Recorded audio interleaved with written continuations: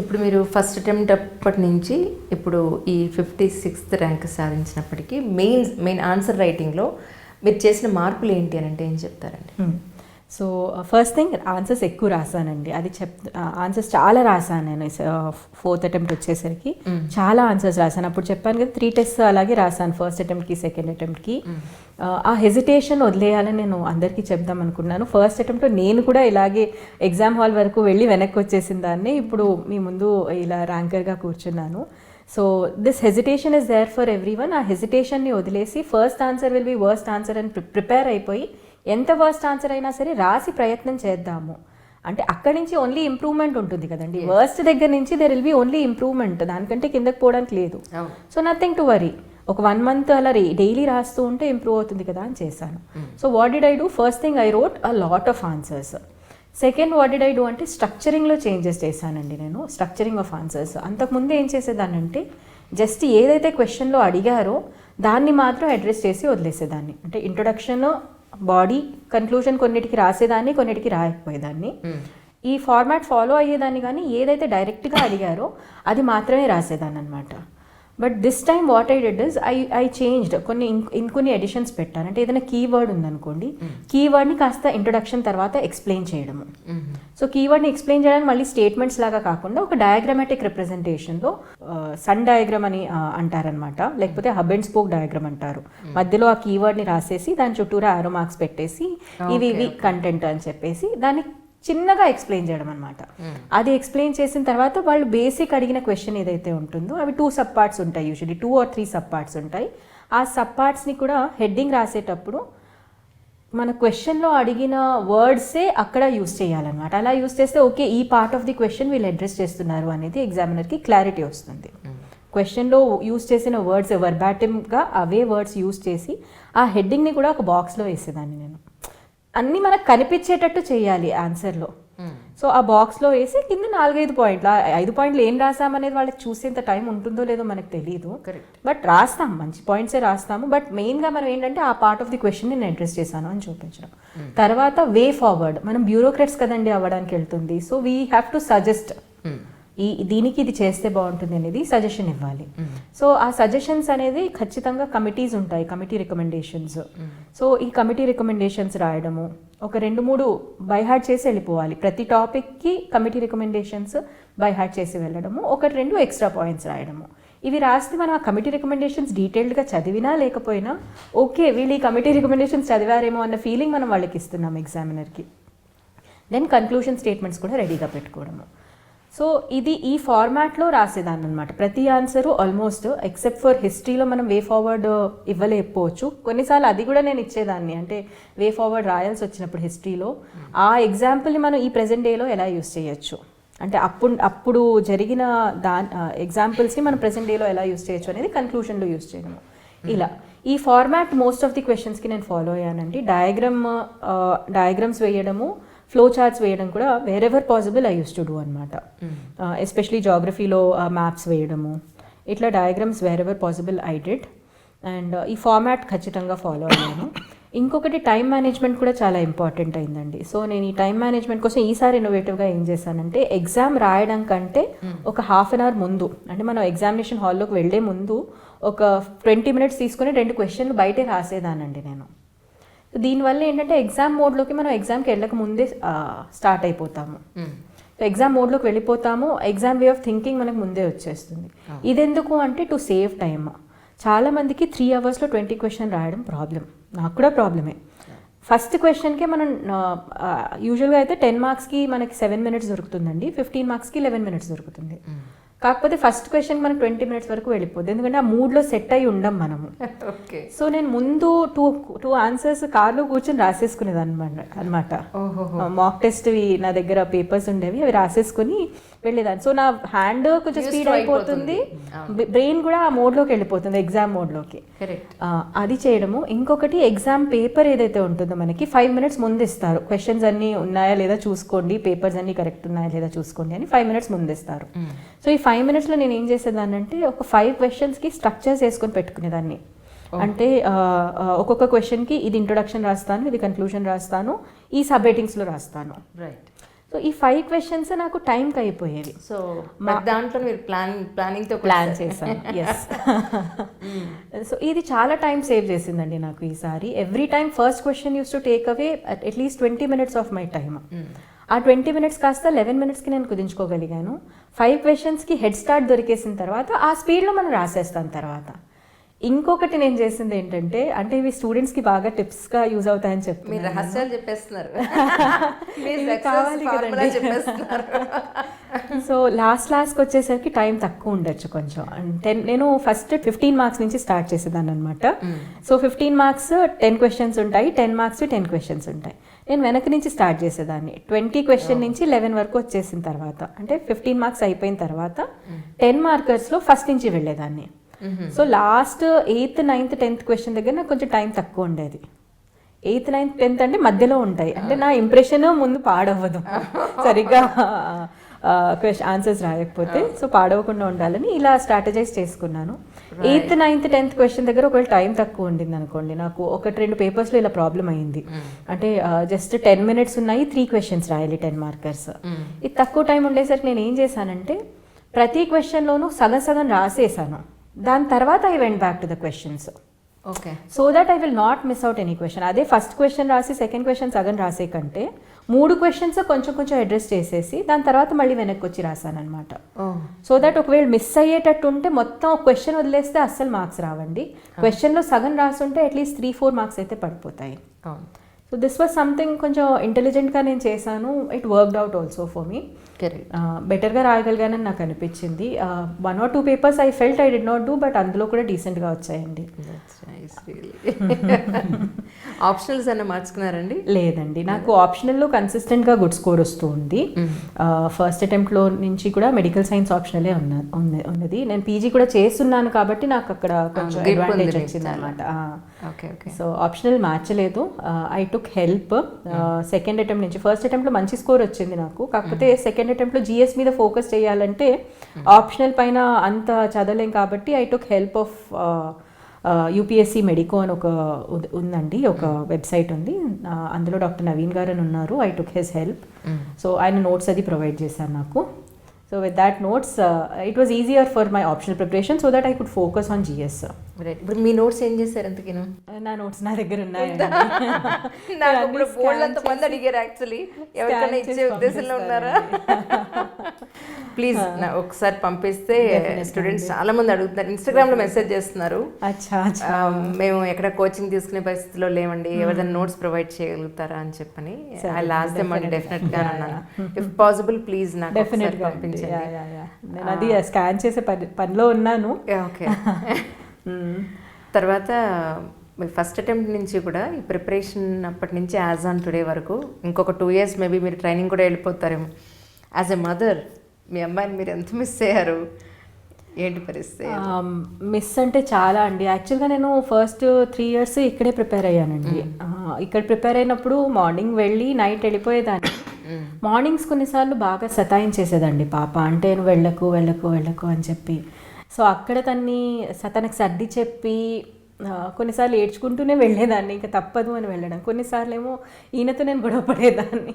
మీరు అనవసరంగా నిద్రలోకి తోసారు, హ్యాపీగా నా ఉద్యోగం చేసుకుంటూ మా అమ్మాయితో ఉండేదాన్ని. ఎందుకంటే ఆ ఫ్రస్ట్రేషన్, ఎగ్జామ్ వస్తుందో రాదో తెలియని ఫ్రస్ట్రేషన్. ఉన్న ఎస్టాబ్లిష్డ్ కెరియర్ వదిలేసుకొని వచ్చాము, ఇక్కడ చూస్తే పాపని ఇబ్బంది పెట్టాల్సి వస్తుంది, పేరెంట్స్ని ఇబ్బంది పెట్టాల్సి వస్తుంది. వాళ్ళకి మా మదర్కి బైపాస్ సర్జరీ అయిందనమాట. కంటిన్యూస్గా లెగ్ ఫ్రాక్చర్, బైపాస్ సర్జరీ, ఇలా ఏదో ఒక హెల్త్ ఇష్యూ వస్తూనే ఉంది. ఇంతమందిని ఇబ్బంది పెడితే నేను చదవడం ఆపేస్తాను, నేను మళ్ళీ వెళ్ళి చేసేసుకుంటాను అనిపించేది. But at the end of the day మళ్ళీ ఒక రోజు ఆగిన తర్వాత నేను వీళ్ళతో మాట్లాడడం కానివ్వండి, నేను డైరీ రైటింగ్ చేస్తానండి అప్పుడప్పుడు. వెనెవర్ ఐ ఫీల్ డిప్రెస్డ్, రెగ్యులర్గా చెయ్యను, but whenever I have these depressed feelings నేను ఒక బుక్ తీసుకొని రాయడం స్టార్ట్ చేస్తాను.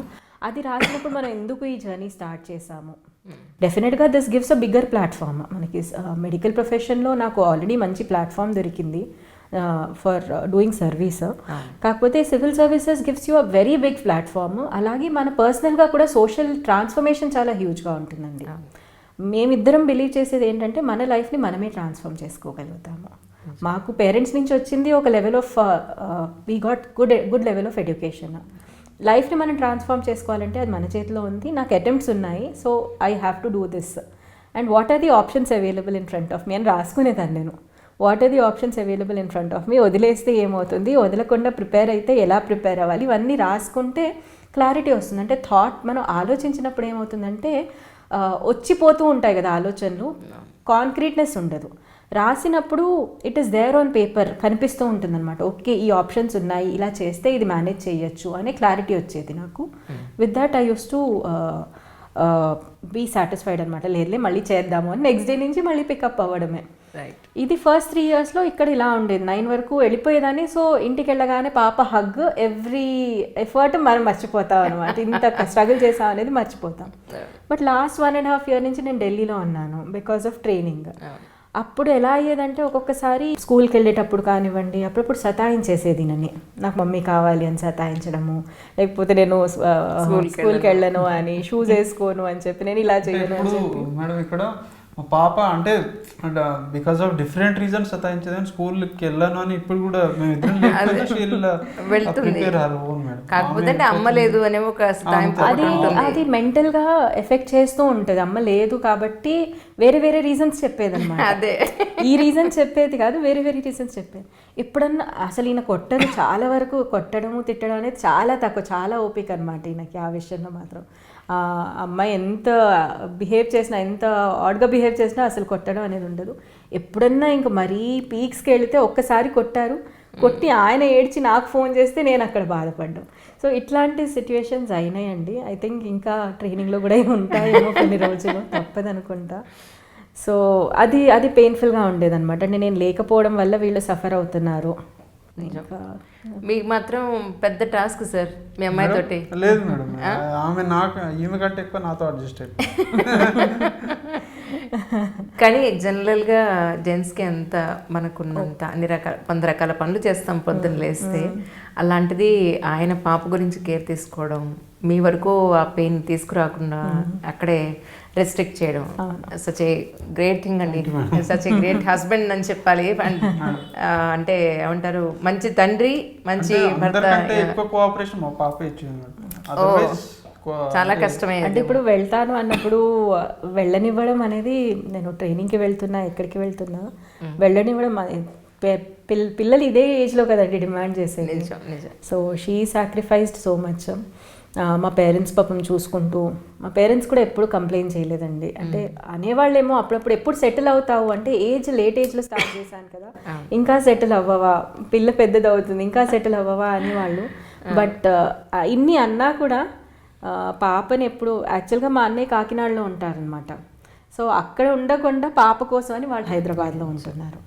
So my parents and he, అంటే మా పేరెంట్స్తో పాటు తిని ఉండడం అనేది కూడా ఇట్స్ అ బిగ్ థింగ్. చాలా వాళ్ళు ఈయనతో అడ్జస్ట్ అవ్వడము, ఈయన వాళ్ళతో అడ్జస్ట్ అవ్వడము, ఇట్స్ నాట్ ఈజీ. మనకి అమ్మాయిలకి ముందు నుంచి మన పేట్రియార్కల్ సొసైటీలో ఉంటున్నాం కాబట్టి చిన్నప్పటి నుంచి కూడా అలవాటు చేసి పెడతారు, ఎక్కడికి వెళ్ళినా అడ్జస్ట్ అవ్వాలి అని. మనం వేరే వాళ్ళ ఇంట్లో అడ్జస్ట్ అవ్వడం రిలేటివ్లీ మనకి ఈజియర్ అవుతుంది. మెంటాలిటీ అలా ఫిక్స్ అయిపోయి ఉంటుంది. చిన్నప్పటి నుంచి మీ అత్తారింటికి వెళ్తే ఇలాగే చేస్తా ఉంటే, అక్కడ ఉంటే ఇలా చేస్తా ఉంటే అని ఒక్కొక్క టాబ్లెట్ వేసినట్టు వేస్తూ ఉంటారు మనకి. సో అక్కడికి వెళ్ళిన వెంటనే అది మన ఇల్లు అని మనం చాలా అడ్జస్ట్ అయ్యి, మన వాళ్ళు అని అంతా మనం నెత్తి మీద వేసుకుని మనమే చేస్తూ ఉంటాం. కానీ మన పేరెంట్స్ తోటి హస్బెండ్ నుంచి వెళ్ళడం, అది కూడా నేను లేనప్పుడు అది వేరే. మళ్ళీ నేను కూడా లేనప్పుడు వీళ్ళు కలిసి ఉండి పాప కోసం అని అండి, ఈయన చేసిన పాప కోసం, మా పేరెంట్స్ చేసిన పాప కోసం అండి. నిజం. సో ఐ థింక్ ఎందుకంటే డిఫరెన్సెస్, మాది లవ్ మ్యారేజ్ అవ్వడం వల్ల కల్చరల్ గా కూడా చాలా డిఫరెన్సెస్ ఉంటాయి అన్నమాట. దేవుడిని అబ్జెక్షన్ రాలేదు అప్పుడు? అబ్జెక్షన్స్ వచ్చాయండి, స్లోగా కన్విన్స్ చేసామన్నమాట. It took time. కాకపోతే ఆ టైం ప్రాసెస్ లోనే వీళ్ళ మదర్ చనిపోవడం జరిగింది మధ్యలో. మా పెళ్లికి ముందే చనిపోయారు. వీళ్ళ ఇంట్లో ఫస్ట్ ఒప్పుకున్నాకే మా మదర్ ఇన్ లా చనిపోయారు. మా ఇంట్లో కొంచెం లేట్గా నేను చెప్పాను, వాళ్ళు ఒప్పుకోవడానికి కొంచెం టైం పట్టింది. ఒప్పుకున్నాక కూడా 2 ఫ్యామిలీస్ మధ్యలో కొన్ని డిస్టర్బెన్సెస్, ఆబ్వియస్లీ ఇష్టం ఉండదు కదండి, ఫస్ట్ మా పేరెంట్స్ నేను ఏది చేసినా కాదన్నారు మేడం. ఫస్ట్ అంటే నీ ఇష్టం అనేస్తారు, అంటే ఏదో పైకి వద్దంటారు కానీ తర్వాత నీ ఇష్టమే అనేస్తారు. అంటే అమ్మాంగ్ మా నలుగురు మేము సిబ్లింగ్స్ అంతా 4 కదా మేడం. వేరే వాళ్ళకు దొరకని చాయిసెస్ నాకు, అంటే ఆపర్చునిటీస్ చాయిసెస్ నాకు ఇచ్చారు. రైట్. సో ఆ రెసిస్టెన్స్ ఉండింది స్టార్టింగ్లో. ఇంకా తర్వాత వాళ్ళు అర్థం చేసుకున్నారు వీళ్ళు ఇంతగా ఇదే అనుకుంటున్నారు కాబట్టి we will get it done అని. బట్ అలానే మేము కూడా అంటే we were supportive of each other in our endeavours అండి. తను సివిల్స్కి మా పెళ్ళైన తర్వాత తను కూడా 4 అటెంప్ట్స్ ఇచ్చారు. తర్వాత నాకు పాప తర్వాత ఇన్ని అటెంప్ట్స్ ఇవ్వడానికి ఛాన్స్ దొరకడం, ఎందుకంటే చాలామంది ఫ్యామిలీ నుంచి సపోర్ట్ లేక వదిలేస్తూ ఉంటారు. But I think we are fortunate that మా లవ్ అనేది మా టైం వేస్ట్ చేయకుండా మమ్మల్ని అభివృద్ధి పదంలో నడిపించడానికి మాకు హెల్ప్ చేసిందండి. ఎందుకంటే ఈ రోజుల్లో ప్రజెంట్ సినారియోతో మనం కంపేర్ చేస్తే కనుక ప్రేమ అనేది ఒక టైం వేస్ట్, ప్రేమ అనేది చదువు వినాశనం, ప్రేమ అనేది కెరియర్ నాశనం. మేడం యాజ్ ఎ పేరెంట్ ఆలోచిస్తే మనం కూడా రేపు మన పాప మన సిబ్లింగ్స్ కూడా అట్లా చేస్తే మనం తప్పే అనుకుంటాం. కానీ ఆ ఏజ్ లో ఉన్నప్పుడు కానీ మీ ఇద్దరి విషయంలో ఎక్కడ టైం వేస్ట్ అవ్వకుండా ఒకళ్ళకొకళ్ళు చదువు పాయింట్ ఆఫ్ వ్యూలో కానీ కెరియర్ పాయింట్ ఆఫ్ వ్యూలో కానీ ఫస్ట్ దాని మీద ఫోకస్ చేసిన తర్వాత ఒకటి అచీవ్ చేసిన తర్వాత మనం చేద్దాం అన్న పాయింట్లో ఒక అండర్స్టాండింగ్ ఉంది చూసారా. That's really it's a great point. మీ ఇద్దరు కూడా కమింగ్ జనరేషన్స్కి ఒక ఎగ్జాంపుల్స్ లాంటి వాళ్ళు నిజం చెప్పాలంటే. అందుకే ఇప్పుడు కిరణ్మయ్య గారు ఏం చేస్తున్నారంటే వాళ్ళ అమ్మాయికి ఇంట్లో ఇప్పుడు ఉంటున్నారు కాబట్టి చక్కగా పొద్దున్నే అమ్మగా బాక్స్ రెడీ చేసి మరి స్కూల్కి పంపేస్తున్నారు. ఏమంటుందండి మీ అమ్మాయి, చెప్పారా దాన్ని మెంటల్గా ప్రిపేర్ చేశారా? అమ్మ మళ్ళీ నేను ట్రైనింగ్కి వెళ్ళాల్సి ఉంటుంది ఐఏఎస్ ట్రైనింగ్ అని. కాకపోతే షీఈస్ హ్యాపీ దట్ 8 months తర్వాత నువ్వు ఇక్కడికి వచ్చేస్తావు కదమ్మా అని. షీఈస్ అండర్స్టాండింగ్ అండి, తను అండర్స్టాండ్ చేసుకుంటుంది కాబట్టి I think I could do it. Correct. చాలా అండర్స్టాండింగ్ అండి నేను వెళ్ళాలంటే. అఫ్కోర్స్ కొన్నిసార్లు తనకి అనిపిస్తుంది, కొన్నిసార్లు సతాయిస్తూ ఉంటుంది, అది కూడా ఉంటుంది. బట్ ఆ టైం అయిపోయిన తర్వాత అంటే ఆ 1-2 hours మనం సంధాయించేస్తే దాని తర్వాత షీ విల్ అండర్స్టాండ్. ఇదేమన్నా ఆలోచించారంటే ఇట్స్ ప్యూర్లీ పర్సనల్ ఇష్యూ అనుకోండి. రేపు మీకు పోస్టింగ్ వచ్చిన తర్వాత ఓన్ క్యాటర్ వస్తే, ఓన్ స్టేట్ వస్తే పర్వాలేదు, ఇంకేస్ అదర్ స్టేట్ వస్తే మళ్ళీ మీకు ఇబ్బంది ఏమో. ఏం సార్ అంటే పెళ్ళికి ముందే డిసైడ్ అయ్యాం మేడం. అంటే ఎవరిది అంటే పెద్ద జాబ్ ఎవరిది ఉంటే వాళ్ళ కోసం ఫాలో అవడమేనా? బా గ్రేట్ హస్బెండ్ అండి, గ్రేట్ హ్యూమన్ బీయింగ్. నిజం చెప్పాలండి, ఎవరుంటారా మా ఆవిడ కలెక్టర్ అయితే నేను వెళ్ళవేంటి, నేను వెళ్ళని ఈగోయిస్టిక్గా ఉన్న వాళ్ళే 50% పైగా ఉన్నారు. ఇది మేము ముందు నుంచి అనుకున్నామండి. అంటే ఇక్కడ ఇందులో దిగినప్పుడే this was a question that was raise, అంటే ఇంకెక్కడో వస్తే ఎలా అని. But I think God has been very kind to me. తెలంగాణలో వేకెన్సీస్ ఉన్నాయి, వస్తుందని అనుకుంటున్నాను. ఇంత స్ట్రగుల్ అయ్యారు ఫ్యామిలీ కోసం. మీరు ఇద్దరేంటి మీ వెనకాతలు ఉన్న మీ పేరెంట్స్తో సహా, పాపతో సహా. సో డెఫినెట్గా వస్తుందండి, నో డౌట్. అప్పుడు వస్తుంది మీకు అని అన్నాను, అలాగే వచ్చింది. పార్టీ ఏది మీరు? డెఫినెట్గా పార్టీ అండి, లంచ్కి వెళ్దాం మనం. సార్ నిజం చెప్పండి, ఈ రోజుల్లో ఒక అమ్మాయిని ప్రేమించి పెళ్లి చేసుకోవాలి, పెళ్ళి అనేది చాలా దూరం అయిపోయింది. ఎందుకంటే వీళ్ళు కలిసి జర్నీ చేసే టైంలోనే నచ్చనంశాలు ఏవో ఉండడం, వదిలేసి మళ్ళీ ఇంకొక ఆప్షన్కి వెళ్ళిపోవడం లాంటివే ఎక్కువ చూస్తున్నాం యాక్చువల్లీ. సో కిరణ్మయ్య గారిలో నిజంగా మీరు ఏ క్వాలిటీ చూసి, ఏం చూసి ఇష్టపడి నేను పెళ్లి చేసుకుంటాను? అందరితో కలిసిపోవడమే మోస్ట్ ఇంపార్టెంట్ మేడం. అంటే అందరితో కలిసి కొత్త పాత లేకుండా. అంటే మన ఇప్పుడు ఈ రోజుల్లో ఏమవుతుంది మేడం, పెళ్ళైన తర్వాత సపరేట్ అయిపోతా ఉన్నారు, న్యూక్లియర్ ఫ్యామిలీస్ అవుతా ఉన్నాయి. అంటే ఎప్పుడైనా ఇప్పుడు మనం కూడా న్యూక్లియర్ ఫ్యామిలీస్లోనే ఉన్నాం, కానీ కలిసినప్పుడు కొద్దిగా జాగ్రత్తగా మాట్లాడి ప్రేమగా చూసుకుంటే చాలు అనే ఉద్దేశం. ఈమె అందరితో కలిసిపోతుంది, తెలియని వాళ్ళతో కూడా, ఇంకా మన ఫ్యామిలీ మెంబర్స్ అయితే బాగుంటుంది కదా అనే ఉద్దేశం. నాకు ఇదే పాయింట్ ఫస్ట్ స్ట్రాంగ్ పాయింట్ అనిపించింది మేడం. ట్రూ. నేను ఇక్కడ ఒక పాయింట్ యాడ్ చేస్తాను కిరణ్మయ్య గారి గురించి. యాక్చువల్లీ తన చక్కటి నవ్వుతోటి కొత్త వాళ్ళనైనా సరే తనలో మనంతా ఒకటే అన్న పాయింట్లో కలిపేసుకుంటారు. వచ్చి చాలా ఆప్యాయంగా ప్రేమగా పలకరిస్తారు. అసలు వాళ్ళు ఎవరో కూడా తనకు తెలియదు, అయినా కూడా బాగున్నారని చక్కటి స్మైల్తో పలకరించి ఆహ్వానిస్తారు. మన ఎక్కడ ఆవుల రమేష్ రెడ్డి గారు, ఆయన మన తెలుగు సివిల్ సర్వీసెస్ వాళ్ళందరినీ. సో అక్కడికి వెళ్ళినప్పుడు ఎంతమంది వచ్చారు? ఆల్మోస్ట్ ఒక 1500 మంది వచ్చింటారా? 150-200 మెంబర్స్ వచ్చింటారు. అందరూ వాళ్ళే వచ్చి పలకరించాలి, వాళ్ళు పలకరించకపోతే నేనెందుకు పలకరించడం, ఇవి ఏమీ లేవు. ఎక్కడ ఆవిడ ఉంటే అక్కడ ఎవరున్నా సరే చక్కగా పలకరించి అందరినీ కలిపేసుకుంటారు. దట్స్ గ్రేట్ యాటిట్యూడ్ అండి నిజంగా. అది మాత్రం నిజం, మీరు చెప్పిన పాయింట్ 100% కరెక్ట్. అది నేను ఇన్ని ఇంటర్వ్యూస్ చేశాను కదా సార్ యూపీఎస్సీ సివిల్ సర్వీసెస్లో. వన్స్ క్యాడర్ వచ్చిన తర్వాత లేదా ర్యాంక్ కన్ఫర్మ్ అయిన తర్వాత చాలామంది యాటిట్యూడ్ మారిపోతుంది. బికాస్ ఆఫ్ ప్రెషర్స్ అని కానీ ఇంకోటి కానీ అట్లా మారిపోవచ్చు మేడం. కానీ ప్రతి వాళ్ళు అట్లా మారుతారని ఆల్రెడీ ఇంతకుముందు ర్యాంక్ వచ్చింది కదా, ఇది నా సెకండ్ ఇంటర్వ్యూ. అప్పటికి ఇప్పటికి ఏ మార్పు లేదు, ఆల్రెడీ తను జాబ్ చేశారు. నాతో పాటు ఉన్న ఫ్రెండ్స్ 50% మారారు మేడం. నేను 2009-10 అప్పటి నుంచి ప్రిపేర్ అవుతున్నాను కదా, ఇంకో 50% దే ఆర్ సిమిలర్ అనమాట. నిజం చాలా తక్కువ మంది సార్. మనం ఎట్లా ఏర్పరచుకుంటే అటువంటి వాళ్ళే మనకి ఫ్రెండ్స్ అవుతారేమో అనిపించింది. నిజం సార్, అది మాత్రం కరెక్ట్. యాక్చువల్లీ ఒక 100 మందిని తీసుకుంటే ఒక 10 మంది మాత్రమే ఇలాగ చక్కగా ఎలాంటి యాటిట్యూడ్ లేకుండా, ఎలాంటి డిస్టెన్స్ మెయింటైన్ చేయకుండా అంత మనుషుల భయం ఉందని అనుకునేవాళ్ళు. ఇలాంటి వాళ్ళ వల్లే ప్రపంచం ఈ మాత్రం నడుస్తుందని అనిపిస్తూ ఉంటుంది. Really you are very lucky and you also very lucky అండి. మీ ఇద్దరిని ఇంటికి వెళ్ళక దిష్టి తీయించేసుకోవాలి. ఏదో సినిమాలో హీరోయిన్ చెప్పినట్టు సార్ ఇంటికి వెళ్ళక దిష్టి తీసేయండి అని. సో మీ ఇద్దరికి డెఫినెట్గా దిష్టి తీసేయాలి. You are really made for each other అండి. థ్యాంక్ యూ సో మచ్ అండి. కొందరు స్టూడెంట్స్ ఎవరైతే సివిల్స్ కానీ మెడిసిన్ కానీ ప్రిపేర్ అయ్యేవాళ్ళు, అది వస్తేనే మన ఫ్యూచర్ ఉంది, అదర్వైజ్ లేదు అని సూసైడల్ టెండెన్సీ చాలా వస్తున్నాయి. అట్లాంటి ఆ బిహేవియర్ కానీ ఆ క్యారెక్టర్స్ డెవలప్ అవ్వకుండా పేరెంట్స్ వాళ్ళకి చెప్పగలగాలి. అంటే మీలో ఎంత పొటెన్షియల్ ఉంటే అంతే ఎన్ఫోర్స్ చేయాలి. ఇప్పుడు మా పాపకి నేను ప్రధానమంత్రి అయిపో అని చెప్తాను, అప్పుడే ఆమె ఎఫర్ట్ పెట్టాలి, ఆమెకు అంత స్టేట్ అంటే స్తోమత ఉండాలి. ప్లస్ అంటే we are product of our environment. ఇప్పుడు అన్నీ అనుకూలించకపోవచ్చు. పేరెంట్స్ షుడ్ నాట్ ఎన్ఫోర్స్ వాళ్ళపైన. కరెక్ట్. ఎన్ఫోర్స్ చేయకుండా వాళ్ళకి ఇది రాకపోతే ఇంకొకటి యూ హ్యావ్ అదర్ ఆప్షన్స్ అనేది మనం ఇన్కల్కేట్ చేయగలగాలి. This is not only life, you have many other ways అనేది చెప్పగలిగితే బాగుంటుంది మేడం. ఇప్పుడు రీసెంట్గా మా రిలేటివ్స్లో ఒకరు చనిపోయారు అనమాట. చిన్న అమ్మాయి 8th, she was 10th. అయ్యో. అంటే నీకు IIT రాకపోతే నువ్వు వేస్ట్ అని వాళ్ళ ఫాదర్ చెప్పేవాళ్ళు.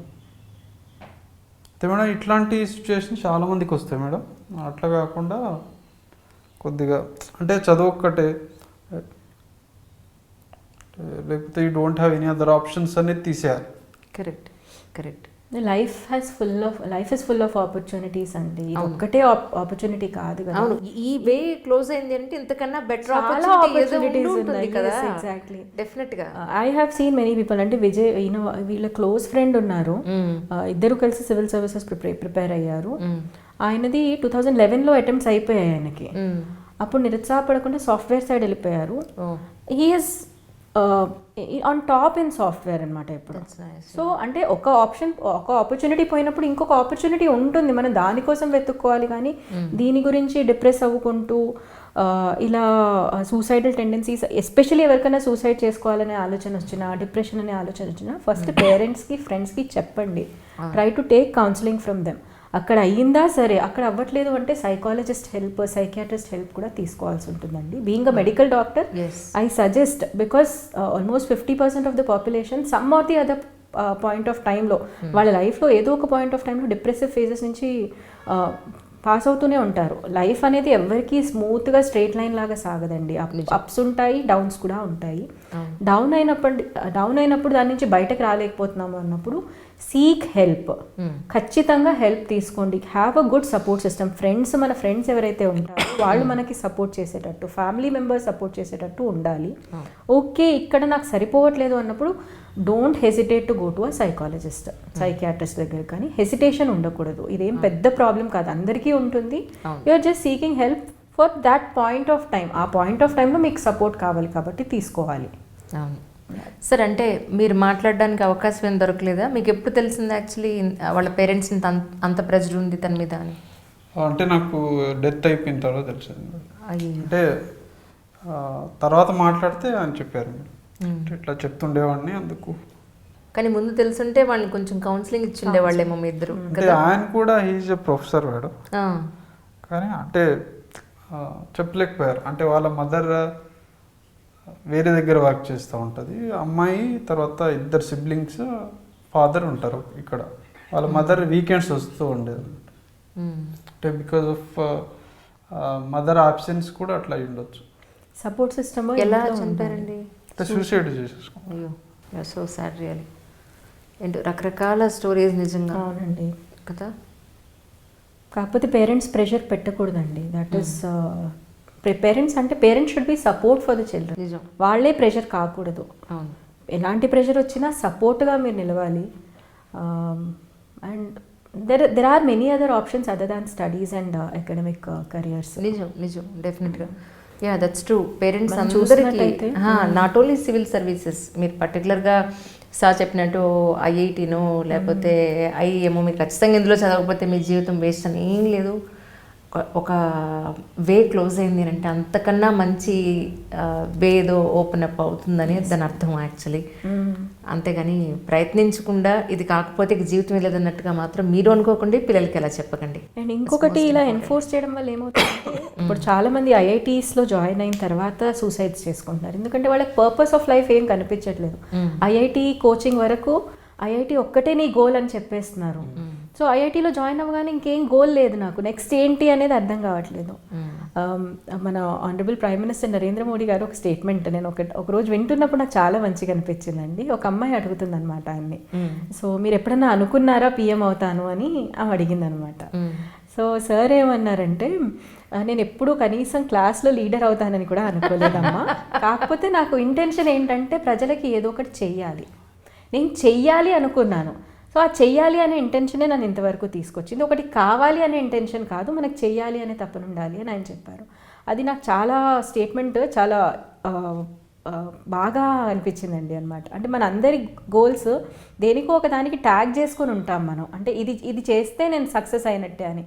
కానీ అక్కడికి వెళ్ళాక కూడా మనకు హ్యాపీనెస్ ఉండదు. దట్ ఈస్ బికాజ్ మనం దాని తర్వాత ఏంటి అనే క్వశ్చన్ వస్తుందన్నమాట. మనం చెయ్యాలి, మన సైడ్ నుంచి మనం ఏమైనా చెయ్యాలి అనుకున్నప్పుడు వీ గెట్ ఇమ్మెన్స్ సాటిస్ఫాక్షన్. అంటే నేను మెడికల్ ప్రొఫెషన్లో ఉన్నప్పుడు కూడా ఒక పేషెంట్ వచ్చి థ్యాంక్స్ చెప్పి కొన్ని ఫ్రూట్స్ ఇచ్చినప్పుడు ఒకసారి అయితే నేను ఉస్మానియా జనరల్ హాస్పిటల్లో చేసేదాన్ని కదండి, వాళ్ళ దగ్గర పువర్ పేషెంట్సే వస్తూ ఉంటారు. ఆయనకి గ్రాటిట్యూడ్ ఎలా చూపించాలో తెలియక ఒక 50 పైసా చాక్లెట్ తెచ్చి, అమ్మ నా దగ్గర ఇదే ఉంది, ఇదే తీసుకోండి, నేను ఎక్స్పెక్ట్ చెయ్యను బాబు అని చెప్పినా కానీ మీకు ఏదైనా ఇవ్వాలని ఉంది, ఇది తీసుకోండి అని చెప్పినప్పుడు that is immense satisfaction that we get. So I think లైఫ్లో we should work by that. అంటే మనం ఏం చేస్తాము, మనం ఏం చెయ్యాలి అని అనుకోవాలి. కానీ నేను ఇక్కడికి రీచ్ అవ్వాలి అనుకుంటే మేబీ డిస్సాటిస్ఫాక్షన్ అనేది ఎప్పుడు వెంటాడుతూ ఉంటుందండి. మీ ఇద్దరిది లవ్ మ్యారేజ్ కాబట్టి, ఇద్దరు కూడా ఒక బాధ్యతాయుతమైన ఉద్యోగాల్లో ఉన్నారు కాబట్టి నేను అడుగుతున్నాను.